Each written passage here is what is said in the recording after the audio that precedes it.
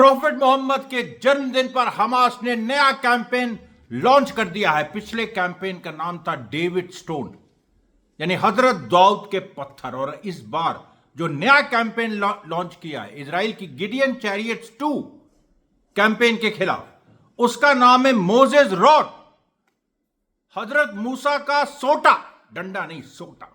और उस सोटे की मार जिस तरह से आज लगी है उसको बताने में मेरी आज तबीयत नहीं ठीक है, लेकिन मैं इतना इंस्पायर्ड हूं उस चीज से जो आज जिस तरह से मोजेस रॉड, मोजेस हजरत मूसा का सोटा, ये कैंपेन लॉन्च हुआ कि मैं क्या बताऊं आपसे। फिर से मैं कह रहा हूं मेरी तबीयत नहीं ठीक है, मैं लंबा वीडियो नहीं बना पाऊंगा, लेकिन मैं आपको यह बता दूं कि जो आज 3-4 घटनाएं हुई हैं और जो पिछली घटनाओं का भी जो वीडियो आया है उसमें ऐसा कमाल। अच्छा, अब आप देखिए, अल फुरकान स्कूल है साउथ ईस्ट ऑफ अल जैतून, यहां पर एक वही कमांड और कंट्रोल सेंटर, इसको पूरी तरीके से उड़ाया गया है और इसमें कम से कम 13 इजरायली सोल्जर्स या तो घायल हैं या मारे गए। अब ये मत पूछेगा कि वो जो मारे जाते हैं वो कितने हैं, वो इजराइल मानता है कि नहीं, इन सब चीजों से बात बहुत आगे चली गई है।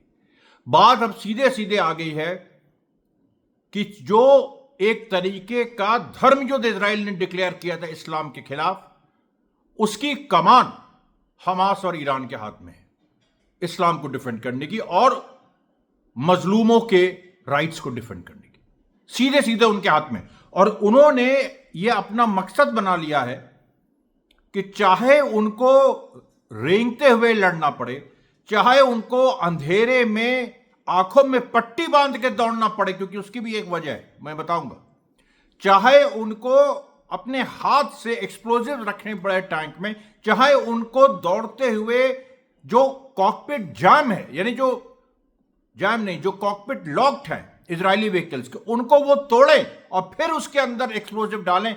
इस बीच वो मारे भी जा सकते हैं, मारे गए हैं, शहीद हुए हैं। इन सब के बावजूद अब मरने मारने के आर पार की लड़ाई है और इसमें अब कोई रूल्स नहीं है, देयर आर नो रूल्स। ये सीधे सीधे अब, अच्छा, और ये पूरे विश्व स्तर पे जो हो रहा है उसका भी एक तरह से प्रतिनिधित्व करती, बल्कि एक तरह से कहा जाए तो यहीं से 7 अक्टूबर ने ही विश्व का वो परिदृश्य ला दिया जहां इंडिया जैसे देश को, जो अमेरिका इजराइल के कैंप में था, वो चाइना, ईरान, रशिया के कैंप में चला गया।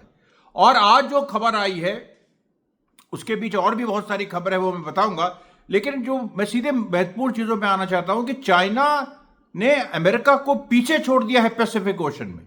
यह हालत हो गई है कि अगर आज युद्ध हो जाए तो अमेरिका के सारे जितने भी उनके बेसेस हैं पैसिफिक ओशन में, वो सब के सब 2 या 3 दिन में चाइना नष्ट कर सकता है। देखिए, बहुत बड़ी बड़ी खबरें हैं, ईरान को लेके भी एक बहुत बड़ी खबर है। अच्छा, अब मैं आपको बताता हूं कि जिस तरीके से हमास ने जो आज जो मोजेस रॉड, जो पूरा उन्होंने एक कैंपेन लॉन्च किया, उसके बाद उन्होंने जो 26 अगस्त को एक अल जैतून में जो हमला किया था, उसका कमाल का, मतलब ऐसा वीडियो आया है जो मेरे एक्स प्लेटफॉर्म पे और टेलीग्राम में है।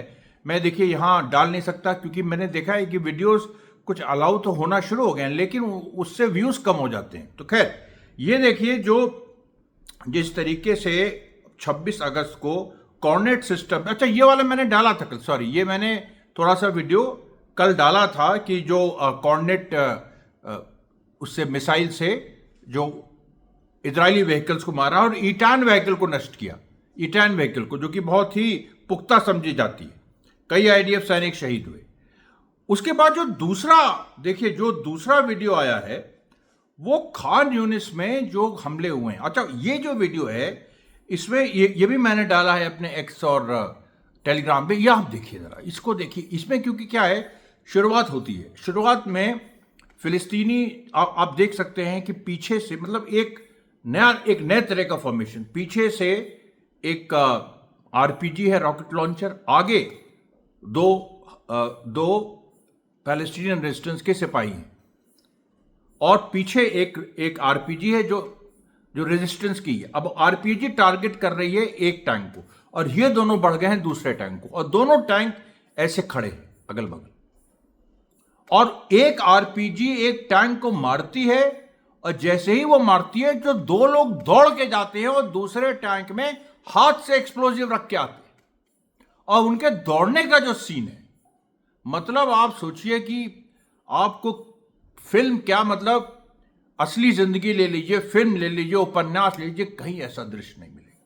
इसलिए मैं कह रहा हूं the battle of Gaza has surpassed all standards of art, even all standards of representation। बहुत बड़ी क्राइसिस है ये दुनिया के सामने, क्योंकि दुनिया हमेशा इस चीज से जूझती रहती है कि जो हो रहा है उसको रिप्रेजेंट कैसे करें, और हमेशा कोई ना कोई रास्ता निकाल लेते हैं। सेकेंड वर्ल्ड वॉर में जब टेक्नोलॉजी भी उतनी डेवलप नहीं थी, उसके पहले भी तो पेंटिंग्स हुआ करती थी बड़ी बड़ी बैटल्स की। नेपोलियन, उस समय तो फोटोग्राफी भी उस तरह से नहीं थी, लेकिन पेंटिंग्स होती थी, और भी तरीके होते थे। सारे वॉर्स को यह समझा गया है कि ह्यूमैनिटी ने या ह्यूमन हिस्ट्री ने उसको मैप किया, रिप्रेजेंट किया, लेकिन गाजा वॉर को तुम रिप्रेजेंट नहीं कर सकते, क्योंकि यहां पर जो पश्चिमी दिमाग है वो समझ ही नहीं पाएगा कि क्या हो रहा है। पश्चिमी दिमाग सेकेंड वर्ल्ड वॉर में जाकर रुक जाता, उसको कॉलोनियल सेटिंग में जो एंटी कॉलोनियल वॉर्स है वो समझ में नहीं आती, उनको 1857 समझ में नहीं आता, उनको भारत के आज़ादी का आंदोलन समझ में नहीं आता, उनको वियतनाम वॉर समझ में नहीं आती है, उनको अभी जो फिलिस्तीन की आज़ादी की जंग चल रही है समझ में नहीं आती। इसीलिए जो वहाँ के लोग हैं जो थोड़ा सेंसिटिव हैं विद्रोह कर रहे हैं, यानी वेस्ट के, और इसीलिए वो समुद्र जो एक फ्लोटिला है वो लेके चल दिए। लेकिन आपको बताएं, वापस हम इस पे लौटते हैं, मोजेस स्टोन पे, सॉरी मोजेस रॉड पे। और मोजेस रॉड में जो मैं जिस वीडियो का जिक्र कर रहा था, जिस तरीके से खान यूनिस में जो एक मैंने बताया कि 2 टैंक पहली बार आरपीजी से मारा, फिर 2 फाइटर्स गए, उन्होंने अपने हाथ से एक्सप्लोजिव रखे भागते हुए आए। उसके बाद एक और जगह फिर वहां भी यही चीज ट्राई होती है, एक और हमास फाइटर आरपीजी लिए हुए है और उसके आगे 2 इस तरह के फाइटर्स, और वो इस बार जो 2 फाइटर्स है उसमें से एक फाइटर के हाथ में भी आरपीजी है। तो 2 आरपीजी वो मारते हैं, एक एंटी पर्सनल कैरियर पे, और उसके बाद एक अकेला रेजिस्टेंस का फाइटर जाता है और वो कॉकपिट वहां अंदर से लॉक्ड है, उस लॉक्ड कॉकपिट को वो कैसे खोलता है और उसके अंदर वो कैसे एक्सप्लोजिव रखता है। अब बताओ, इस तरीके की कोई भी चीज, और उसकी सोचिए आप, उसकी आंख में पट्टी बंधी होती है क्योंकि वो रात का वक्त है, वो काले कपड़े पहने हैं, उसका रंग गोरा है, लेकिन वो कहीं से भी ये ना लग जाए कि वो अंधेरे में उसका रंग साफ न दिख जाए। उसके मुंह में पूरी कालिक होती है और आंखों में पट्टी। अब आप सोचिए, अब हो सकता है कि आंखों में एक थोड़ा छेद हो जिससे वो देख सकता है, लेकिन ये पूरा सब कुछ हो रहा है, और ये जो दिमाग इस्तेमाल हो रहा है, इस दिमाग की आप कदर कीजिए। इस दिमाग ने बड़े बड़े अच्छे अच्छे सूरमाओं को छका दिया है। इतिहास में ये इतिहास लिखा जा रहा है, मैं बार बार कह रहा हूं। उसके बाद देखिए यमन ने आज फिर जो एक मल्टी बैरल स्ट्राइक होती है, मतलब जिसमें वही जो मिसाइल कई भागों में विभाजित हो जाती है, फिर हाथ मार दी। लगातार रोज एक तरह से यमन कर रहा है, और आज भी वही हुआ कि इजरायली एंट्रप, जैसे खेल हो रहा है कोई आकाश में 2-3-4 पटाखों के बीच, उसका भी वीडियो मैंने डाला है, और उसमें आप देख सकते हैं कि यमन की मिसाइल को इजरायली जो इंटरसेप्टर्स हैं वो रोक नहीं पा रहे, और यमन की मिसाइल अपने डिजाइन जगह पर जाके गिरने के पहले कई भागों में डिवाइड हो जाती, ये भी दिख रहा है। ये सारी चीजें जो है ये पूरा एक बड़ा अभियान दिखा रहा है, जो एक्ट्स ऑफ रेजिस्टेंस का एक तरह से काउंटर अटैक। उसके बाद देखिए एक और चीज, पैलेस्टीनियन रेजिस्टेंस ने गाजा में एक बड़ा अभियान शुरू कर दिया है, जिसमें वो जो भी कोलैबोरेटर है इजराइल का उसको वो निपटा रहे हैं। ईरान में चल ही रहा है, मोसाद के लोग अब कोई बचे नहीं है, बहुत ही इर्द गिर्द इक्का दुक्का रह गए हों। अजरबैजान के बहुत सारे लोग पकड़े गए हैं, उनके साथ भी वही सलूक हुआ है जो गद्दारों के साथ होना चाहिए। और यहां पर आप देख सकते हैं कि जो रेजिस्टेंस है वो गद्दारों को नहीं छोड़ रहा है वो, और इसको लेके इजराइल में रिपोर्ट आई है कि एक बड़ा हिस्सा इजरायली जो इन्फॉर्मेंट्स का है, यानी जो मुखबिरों का बड़ा हिस्सा है, वो गायब हो गया, ख़त्म हो गया, ख़त्म। और इसराइल का जो नेटवर्क मुखबिरों का गाज़ा में, ये बहुत लेजेंडरी है। इसकी वजह से बहुत हद तक कंट्रोल करके रखा इसराइल ने, और 5 से 10 हज़ार की संख्या में लोग हैं, और इन सारे लोगों को बड़े हिस्से को मार दिया गया है, और रेजिस्टेंस ने मारा है खड़ा करके बीच चौराहे। उसके बाद देखिए, उसके बाद वेस्ट बैंक। अब वेस्ट बैंक की सिचुएशन लगातार चेंज हो रही है। मैं बता रहा हूं आपको कि वहां पर एक तरह का इंतिफादा होने की स्थिति है, इसीलिए इसराइल डर रहा है एनेक्स करने में। पैलेस्टीना अथॉरिटी का कोई वजूद नहीं रह गया। गद्दार महमूद अब्बास को उसी, he has been paid back in his own coin, उसको उसी की भाषा में इसराइल ने जवाब दे दिया है, उसको एक दूध से मक्खी की तरह निकाल के फेंक दिया है। उसके बाद जो हिब्रॉन के मेयर को अरेस्ट किया है, वो जो उसी का आदमी है, और फिर हिब्रॉन को एनेक्स करने की बात हो रही है। लेकिन हिब्रॉन में संघर्ष हो रहा है। हिब्रॉन में आज 3 अटेम्प्ट्स किए इसराइल ने, आईडीएफ ने घुसने के, तीनों जगह वो घुस नहीं पाई। ये पहली बार हुआ। पहले क्या था, कल तक सुमू वगैरह जो इलाके हैं हिब्रॉन के, उसमें आईडीएफ घुस जाती थी, लेकिन घुसने के बाद संघर्ष होता था। अभी तो तीन इलाकों में घुस नहीं पाई। अब इसराइल ने कहना शुरू कर दिया है कि रेजिस्टेंस फाइटर्स जो छुपे हुए थे वेस्ट बैंक में, और भाई वो एक विशाल इलाका है, वहाँ टनल्स नहीं है लेकिन मैदान है, थोड़े जंगल है, पहाड़ है, तो जो छुपे हुए थे रेजिस्टेंस फाइटर्स वो अब निकल के आ रहे हैं सामने। ये भी इसराइल के लिए एक डरने की बात है। फिर नाब्लस में भी, रमल्ला में भी लगातार संघर्ष हो रहा है, लगातार 24 घंटे। मतलब वो बाद में खबर आती है कि आज इतने इंसिडेंट्स हुए, आज उतने इंसिडेंट्स हुए। उसके बाद आप देखिए कि जो हिब्रू चैनल 13 है इसराइल का, उसने कहा है कि जो मोसाद के लोग हैं, उन्होंने जो सर्विंग है, उन्होंने इस पे शक जताया है नेतन्याहू की इस बात का कि हम फिलिस्तीनियों को डिपोर्ट कर लेंगे। उन्होंने कहा यह संभव नहीं है। उसके बाद इसराइल की जो डिमोना न्यूक्लियर फैसिलिटी है, उस पर फिर से काम शुरू हो गया। इसका मतलब है कि ईरान ने न्यूक्लियर फैसिलिटी नष्ट कर दी थी, और ये एक बहुत बड़ा सीक्रेट है। डिमोना रिएक्टर को जो दोबारा शुरू किया जा रहा है, ये एक एविडेंस है कि ईरान ने क्या कहा, और ईरान ने भी अपने क्लासिक शैली में केवल हिंट किया है। ये ईरान बहुत बोलता नहीं है, वो काम करता है। उसने हिंट किया है कुछ पर्शियन कपलेट्स वगैरह, उसमें थोड़ा ज़्यादा लंबा हो जाएगा क्योंकि पर्शियन भी मैं ट्रांसलेट कर सकता हूँ थोड़ा बहुत, लेकिन पर्शियन कपलेट से आंसर किया है कि मतलब कैसे छुप के बहुत सारी चीज़ें होती हैं, और प्रकृति कैसे छुप के वार करती है। मतलब एक अलग ही लेवल की चीज़ है वो सब। उसके बाद देखिए नेतन्याहू पे जो इजराइल का ऑपोजिशन है, उसने बड़े बड़े हमले किए। फ्रांस के प्रेसिडेंट मैक्रोन ने कहा मैं इजराइल आना चाहता हूं, नेतन्याहू ने कहा नहीं आ सकते तुम। अब देखिए ये पूरी ये जो टेंशन है, और ये वही फिलिस्तीन को रिकग्नाइज करने के सवाल पे ये बढ़ता जा रहा है। उसके बाद ये भी बात आई है, इजराइल के अंदर जो ऑपोजिशन है, उसने कहा कि जो नेतन्याहू डिसाइसिव बैटल की बात करता है, कभी डिसाइसिव बैटल आती ही नहीं है, वो टाइम फुस हो जाता है। अब मतलब आप बिल्कुल, अब ये लड़ाई फाइनल होगी, अब हमास खत्म होगा। 2 साल से चल रहा है, कोई इसका नतीजा नहीं आ रहा है, ये अब इजराइल के टॉप पॉलिटिशियंस कह रहे हैं।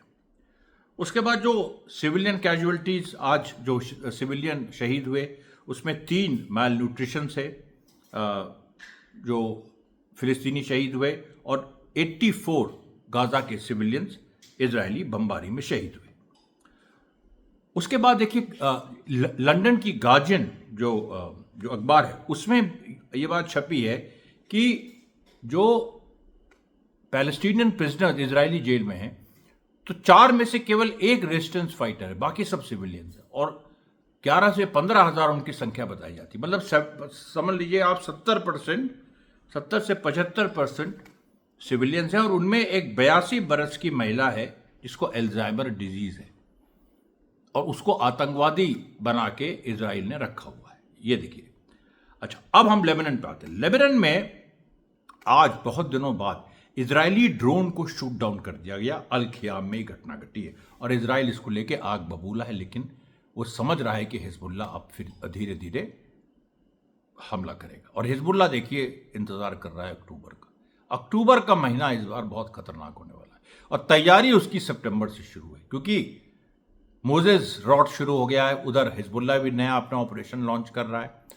और आज एक तरह से जो प्रॉफिट मोहम्मद का बर्थडे है, उस मौके पर भी एक तरह से हिजबुल्ला ने ये कार्रवाई की है, ये दिखाने के लिए कि आज का दिन एक शुभ दिन है और आज के दिन से एक पासा लेबनान में भी पलट रहा है।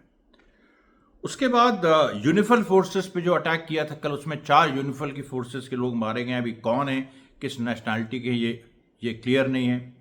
उसके बाद कुछ इजरायलीज ने गोलन हाइट्स में वॉर एक्सरसाइजेज शुरू कर दी हैं कि सीरिया लेबनान के साथ एक साथ लड़ाई होगी तो कैसे होगा। सीरिया में तो उनका आदमी है अल शरा, लेकिन बेसिकली लेबनान के खिलाफ, कि लेबनान के बहुत सारे गांव उन्होंने सिमुलेट किए कि कैसे गांवों को डिस्ट्रॉय करेंगे, कैसे उधर से हिजबुल्ला फाइटर आएंगे। मतलब पूरी तैयारी हो रही है दोनों तरफ से।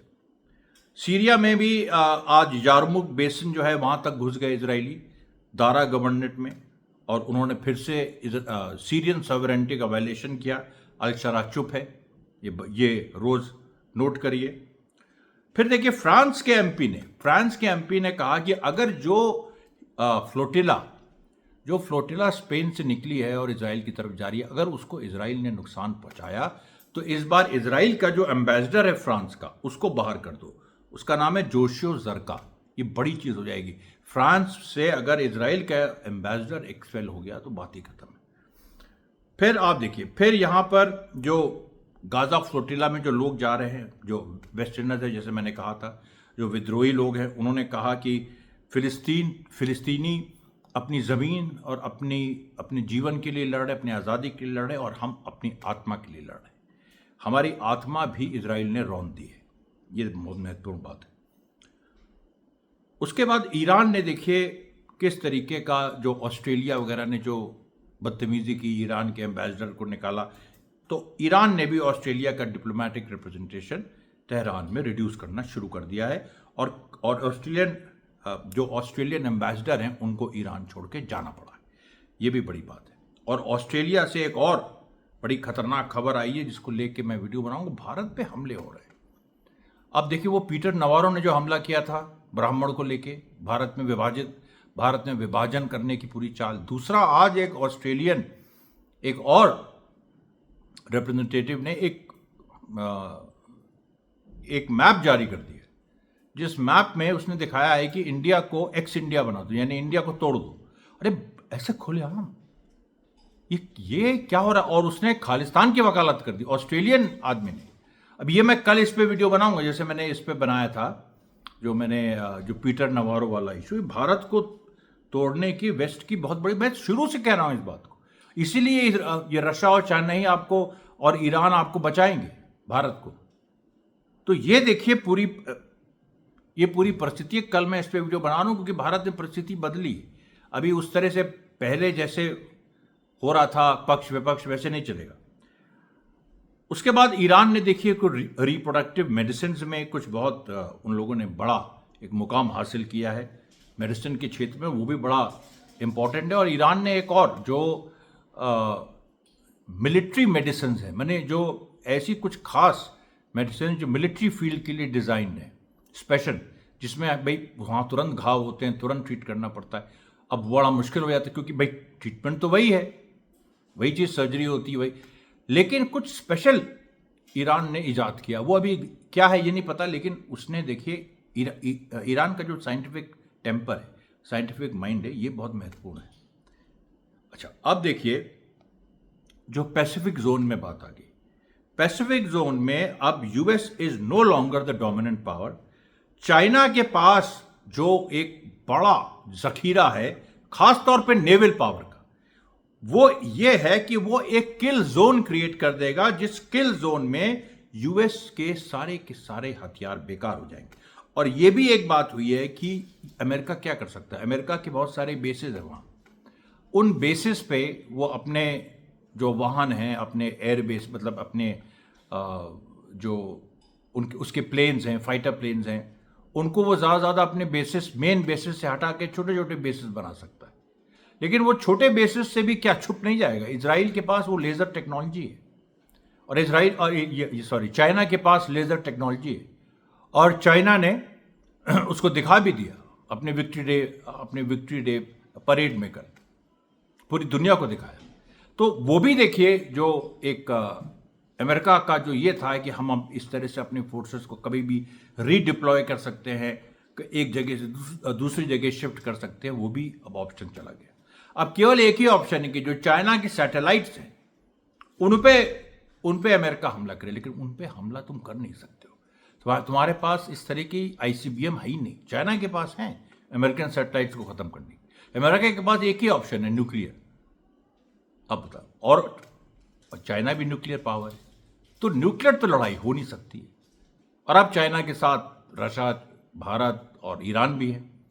तो सारी जो ये देखिए पूरी गणित है, और इसमें देखिए पाकिस्तान को भी तय करना होगा। ये दोहरापन नहीं चलेगा, या इधर रहना है या उधर रहना है। तो ये पूरी बात है, मतलब पाकिस्तान का दोगलापन नहीं चलेगा, और उसको एक साइड चुनना होगा। और उसको अगर ये साइड चुननी जिसमें भारत भी आ गया, तो फिर एक पूरी परिस्थितियां पूरे इंडियन सब कॉन्टिनेंट के लिए अच्छी होंगी। तो ये जो है, अच्छा, अब यहां पर एक ये भी बात आ गई है कि अमेरिका माइट लूज, अगर युद्ध हो जाता है चाइना से, तो 200 से 400 वो एयरक्राफ्ट पहले हफ्ते में लूज कर देगा, यानी अपनी आधी से ज्यादा फोर्स वो वहां की खत्म हो जाएगी। और देखिए, फिर एक बड़ी खबर एप्स्टीन को लेके है, क्योंकि एप्स्टीन ने जिस तरीके से एक स्लेवरी का, यौन शोषण का जो एक बाजार पूरी दुनिया में उसने गर्म किया था, और वो मोसाद एजेंट था एप्स्टीन। ये बात तो सामने आई गई है, खुद एक यहूदी था। और उसमें जो विक्टिम्स हैं वो बाहर आ रही हैं, वो बोल रही हैं। ट्रंप भी घबराया हुआ है, क्योंकि ट्रंप का नाम भी उसमें एप्स्टीन फाइल्स में है, इसलिए उसको हटाने की बात कर रहा है। लेकिन उस पर भी देखिए एक अलग वीडियो की ज़रूरत है। तो कल 10-10 मिनट के 2 अलग वीडियो, एक तो मैं भारत पे जो हमले हो रहे हैं उस पर मैं बनाऊंगा, और एक मैं एप्स्टीन फाइल्स पे भी बनाऊंगा, और तीसरा वीडियो कल रहेगा फिलिस्तीन पे। और जो भारत पे हमले का वीडियो रहेगा वो अमरीश मिश्रा स्पीक्स 2 में आएगा। तो तब तक के लिए धन्यवाद साथियों।